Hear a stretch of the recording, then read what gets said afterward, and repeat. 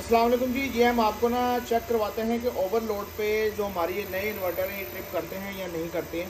तो हमने इसकी सेटिंग की हुई है 4000 वाट पे लोड की। तो ये हमने इस पर जो है जी वो लोड ऑन कर दिया। ये 11 एम्पेयर लोड 12 एम्पेयर इस पर ऑन हो गया हुआ है लोड। अभी हम मज़ीद इस पर डालते हैं थोड़ा सा लोड और ये हमने 4000 वाट पे सेट किया हुआ है और ये देखें 19 पे। और ये हमारा इन्वर्टर बंद हो गया, इसने बदल दे दिया कि आपका लोड एक्सेसिव चल रहा है। और अगर हम इसका लोड मज़ीद बढ़ा दें हमारे किलोवाट के हिसाब से 8 किलोवाट 10 किलोवाट, तो फिर ये उतना लोड भी बेयर करेगा इंशाल्लाह। ये जी अब लोड हमने इसकी सेटिंग जो है वो हमने चेंज की है। सेटिंग हमने लोड बढ़ा दिया है इन्वर्टर पे और अब ये 19 एम्पेयर भी लोड बर्दाश्त कर रहा है। ठीक है जनाब वाला।